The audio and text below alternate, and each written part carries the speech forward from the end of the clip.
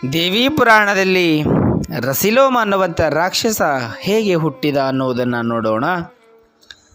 ಬ್ರಹ್ಮನಿಂದ ವರವನ್ನ ಪಡೆದ ಮಹಿಷಾಸುರನು ಅಹಂಕಾರದಿಂದ ಅನೇಕ ಭುವನಗಳ ಕಂಟಕನಾಗ್ತಾನೆ.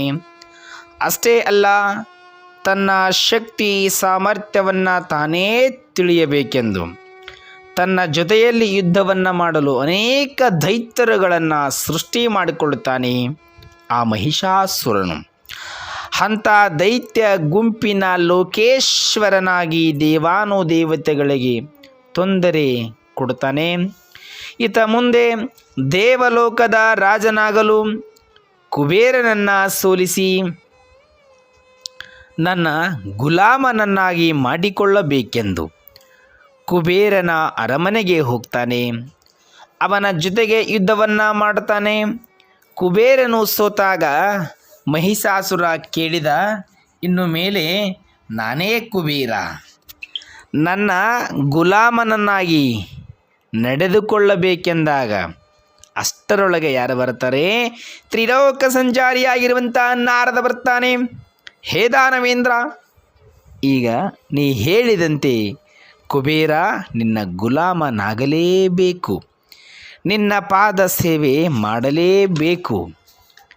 ಆದರೆ ನಿನ್ನ ಅನುಮತಿಯ ಮೇರೆಗೆ ನೀ ಹೇಳಿದಂತೆ ಕೇಳುವ ದಾಸನಾಗಿ, ನೆಪಕ್ಕೆ ರಾಜನಾಗಿರಲಿ, ನೀನು ಆಗಾಗ ಬಂದು ನಿನ್ನ ಅಧಿಕಾರವನ್ನು ಚಲಾಯಿಸು ಎಂದಾಗ ನಾರದನಿಗೆ ಪ್ರತಿಯಾಗಿ ಆ ಮಹಿಷಾಸುರ ಕೇಳ್ತಾನೆ, ನಾರದ, ನೀ ಹೇಳುವುದು ಸರಿಯಾಗಿದೆ, ಆದರೆ ಈ ಕುಬೇರ ತನ್ನ ಶಕ್ತಿಯಿಂದ ಮುಂದೆ ಏನಾದರೂ ಮಾಡಿದರೆ ಎಂದಾಗ ನಾರದ ಹೇಳ್ತಾನೆ, ಹಾಗೇನಿಲ್ಲ ಮಹಿಷಾಸುರ, ನಿನಗೆ ಸಂಶಯವಿದ್ದರೆ ಈ ಕುಬೇರನು ತನ್ನೆಲ್ಲ ಶಕ್ತಿಯನ್ನು ತೆಗೆದುಕೊಂಡು ಒಂದು ರೂಪವನ್ನು ಮಾಡಿ, ಅರಸರಿಗೆ ಆಸೆ ಎಂಬುದು ಬಹಳ ಇರುತ್ತದೆ, ಆ ಆಸೆ ಎಂಬ ಕುಬೇರನ ಶಕ್ತಿಯನ್ನು ನಿನಗೆ ರಸಿಲೋಮನೆಂಬ ಸೇನಾಧಿಪತಿಯನ್ನು ಕೊಡ್ತಾನೆ ಈ ಕುಬೇರ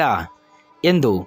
ಏಕೆಂದರೆ ಅದಕ್ಕೆ ಲಕ್ಕಮ್ಮ ಹೇಳ್ತಾಳೆ, ಎಷ್ಟು ಚಂದ ಹೇಳ್ತಾಳೆ, ಆಸೆ ಎಂಬುದು ಅರಸಿಂಗಲ್ಲದೆ ಶಿವಭಕ್ತರಿಗುಂಟೇನಯ್ಯ, ರೋಷ ಎಂಬುದು ಯಮದೂತರಿಗಲ್ಲದೆ ಅಜಾತರಿಗುಂಟೇನಯ್ಯ ಎಂದಿದ್ದಾಳೆ ಐದಕ್ಕಿ ಲಕ್ಕಮ್ಮ. ಹೀಗೆ ಆಸೆಯ ಗುಣದಿಂದ ಕೂಡಿದ ಕುಬೇರನ ಶಕ್ತಿಯಿಂದ ಹುಟ್ಟಿದವನೇ ಅವನೇ ಈ ರಸಿಲೋಮನಾಗಿದ್ದಾನೆ. ಈ ರಸಿಲೋಮನು ಮುಂದೆ ಮಹಿಷಾಸುರನಿಂದ ದೈತ್ಯ ಗುಣ ಉಳ್ಳವನಾಗಿ ದೇವಿಯಿಂದ ಹತನಾಗ್ತಾ ಇದ್ದಾನೆ. ಒಟ್ಟಿನಲ್ಲಿ ದೇವಿಯ ಪುರಾಣದೊಳಗ ರಸಿಲೋಮನು ಆಸೆಯ ಗುಣಕ್ಕೆ ಹೋಲಿಸಿದ್ದಾರೆ. ಈ ಆಸೆ ಆ ಅಧಿದೇವನೇ ಕುಬೇರನಾಗಿದ್ದಾನೆ. ಕುಬೇರನ ತೇಜಸ್ಸಿನಿಂದ ರಸಿಲೋಮನು ಹುಟ್ಟಿದ್ದಾನೆ.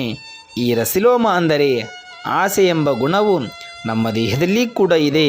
ನಮ್ಮ ದೇಹದಲ್ಲಿ ಸಹಿತವಾಗಿ ಆಸೆ ಅಂತಕ್ಕಂಥದ್ದನ್ನು ನಾವು ಸಂಹಾರವನ್ನು ಮಾಡಿಕೊಂಡ್ರೆ, ಆಸೆ ಇರಬೇಕು, ಇದ್ದು ಇಲ್ಲದಂಗೆ ಆಸೆ ಇದ್ದರೆ ಮಾತ್ರ ಬಹಳ ಚಂದ. ಅತಿ ಆಸೆ ಆಯಿತು ಅಂತಂದ್ರೆ ನಮ್ಮ ದೇಹದೊಳಗೂ ಸಹಿತವಾಗಿ ರಸಿಲೋಮ ಇದ್ದಾನಂತ ತಿಳ್ಕೋಬೇಕು.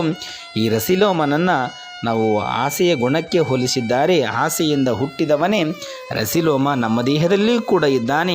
ಈ ಗುಣವನ್ನು ನಮ್ಮ ದೇಹದಿಂದ ಇಲ್ಲದಂತೆ ಮಾಡಿದರೆ ಅದುವೇ ರಸಿಲೋಮನ ಸಂಹಾರ ಮಾಡಿದಂತೆ. ಹೀಗೆ ರಸಿಲೋಮನ ಜನ್ಮ ಕಥೆಯಾಗಿದೆ ಎನ್ನುವಂಥದ್ದನ್ನು ಎಲ್ಲರಿಗೂ ತಿಳಿಸುತ್ತಾ ಎಲ್ಲರಿಗೂ ಶರಣಾರ್ಥಿಗಳು.